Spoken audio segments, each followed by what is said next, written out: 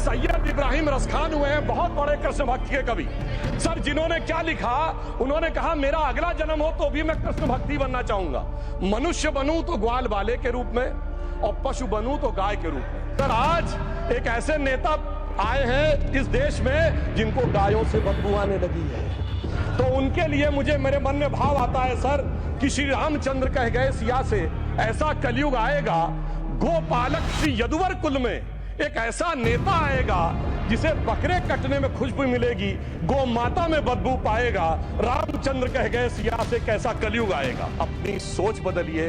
आप जिस कश्ती पे सवार होकर इस दरिया को पार करने की कोशिश कर रहे हैं, पिछले 75 साल से नहीं कर पा रहे हैं, 10-12 साल में बहुत हिचकोले खा रहे हैं।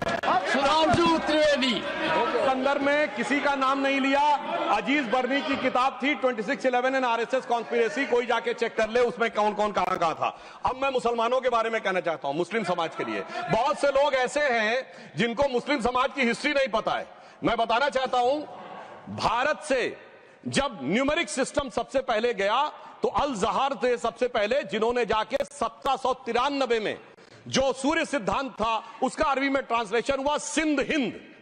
और हम बता रहे हैं हम किस तरह के मुस्लिम को साथ रखते हैं। डॉक्टर कलाम से बड़ा आलिम इस्लाम में साइंसदान नहीं हुआ, और आरिफ मोहम्मद खान साहब जो बिहार के गवर्नर हैं उनसे बड़ा आलिम फाजिल मुसलमान आज सियासी जमात में तो नहीं होगा, ये मैं दावे के साथ कह सकता हूं। मगर मैं बताना चाहता हूं सर, उसके बाद उन्होंने एक किताब लिखी, एक सर 10th सेंचुरी के मुस्लिम राइटर थे जिन्होंने किताब लिखी, उसका नाम था the compendious book of balancing and completion according to Hindu calculation, जिसको शॉर्ट में अल जब्र कहा गया, और वहां से अलजबरा निकला। और सर उसके बाद अल ख्वारिज्म आया।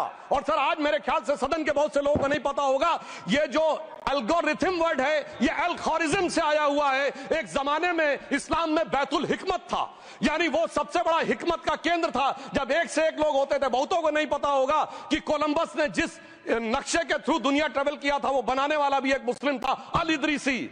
मगर सर एल्गोरिथम आज ऐसा बदला कि एआई के एज में दलगत भावना से ऊपर उठकर औरंगजेब के साथ खड़े हो गए। सर ये एल्गोरिथम किसने बदल दिया, ये मैं बताना चाहता हूं। इस पे थोड़ा सोचने की जरूरत है। इसलिए मैं कहता हूं मुस्लिम पॉलिटिक्स की सोच क्या थी, हमने किन मुसलमानों का साथ दिया है, मैं बताना चाहता हूं सर। वीर अब्दुल हमीद की शहादत की 50वीं वर्षगांठ 2015 में हुई।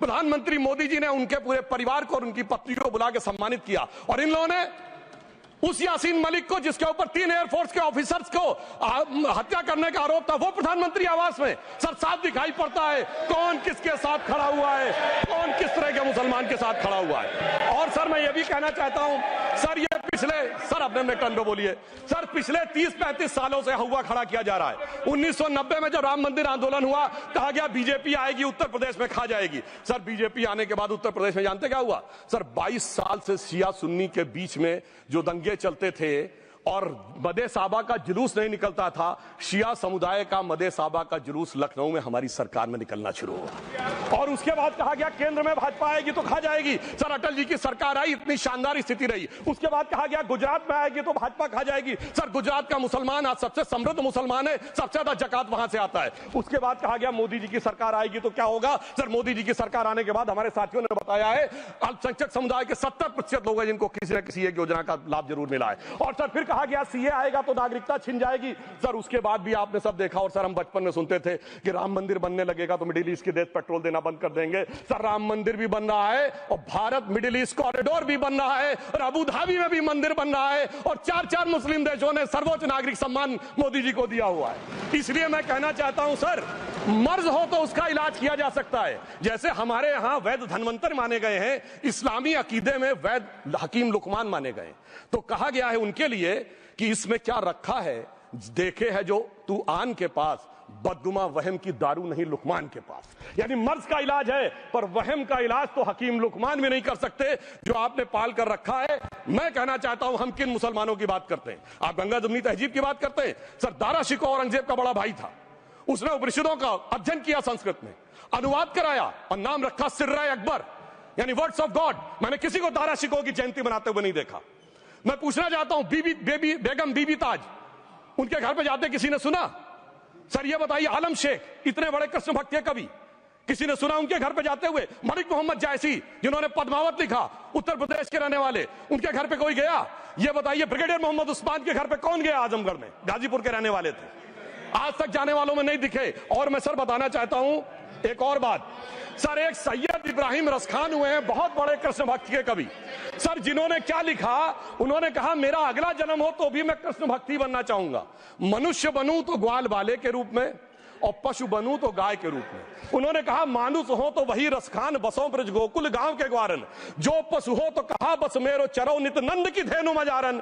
सर, उन्होंने कहा गायों के बीच में नंद बाबा की गायों में जन्म लेना चाहूंगा। मगर सर, आज एक ऐसे नेता आए हैं इस देश में जिनको गायों से बदबू आने लगी है, तो उनके लिए मुझे मेरे मन में भाव आता है सर कि श्री रामचंद्र कह गए सिया से, ऐसा कलयुग आएगा, गोपालक श्री यदुवर कुल में एक ऐसा नेता आएगा जिसे बकरे कटने में खुशबू मिलेगी, गौ माता में बदबू पाएगा। रामचंद्र कह गए सिया से, कैसा कलयुग आएगा। अब सर, मैं एक और बात भी कहना चाहता हूं। हम किनको मानते हैं? सर, नजीर अकबराबादी को सुनिए, कृष्ण भक्त के लिए क्या कहा। सर, मैं एक बोलना चाहता हूं, बुल्ले शाह ने क्या कहा? बुल्ले शाह ने कहा, अभी होली गुजरी है, उसने कहा था आज होली खेलूंगी मैं, कर बिस्मिल्लाह। उन्होंने आगे कहा अलस्तु बिरबिकुम प्रीतम बोले, सब सखियों ने घूंघट खोले, नाम नबी की रतन चढ़ी, सुनिएगा, नाम नबी की रतन चढ़ी और बूंद पड़ी अल्लाह अल्लाह, आज होली खेलूंगी मैं, कर बिस्मिल्लाह। तो मैं भी कहता हूं अब बिस्मिल्लाह करिए और उसके बाद हमारे इस सहयोग करिए, इस सकारात्मक उसका, वरना अल्हम्दुलिल्लाह जो हम मुसलमानों के लिए और देश के लिए करना चाहते हैं उसमें हमें सफलता जरूर मिलेगी।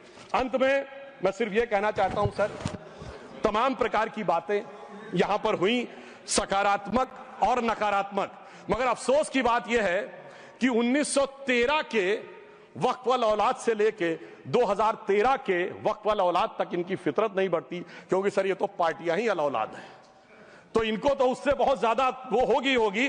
पर मैं सिर्फ अंत में कहना चाहता हूं सर, अपनी सोच बदलिए।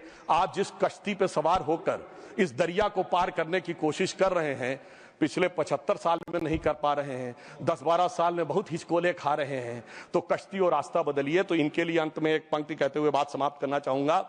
इन्होंने कश्ती भी नहीं बदली, दरिया भी नहीं बदला, पर इन डूबने वालों का जज्बा भी नहीं बदला, पर है शौक सफर ऐसा, एक उम्र हुई हमने, मंजिल भी नहीं पाई, रास्ता भी नहीं बदला। अब अगर नई मंजिल पानी है, नई मंजिल की नई सुबह देखनी है, तो मैं कहना चाहता हूं आइए सबको साथ लेकर चलिए। और एक ऐसा वक्त आया है जब मैं जो हमारे किरण रिजिजू जी ने कहा था कि मैंने एक शम्मा जलाई हवाओं के खिलाफ, तो मैं प्रधानमंत्री मोदी जी की तरफ से कहता हूं कि हमें इल्जाम मत दीजिए, बहुत अफसोस होता है, हमें इल्जाम मत दीजिए, बहुत अफसोस होता है। बड़ी तरकीब से कश्ती यहां तक लेके आए हैं और बदल देते हैं हम दरिया की लहरें अपनी हिम्मत से, आंधियों में भी अक्सर चिराग हमने जलाए हैं।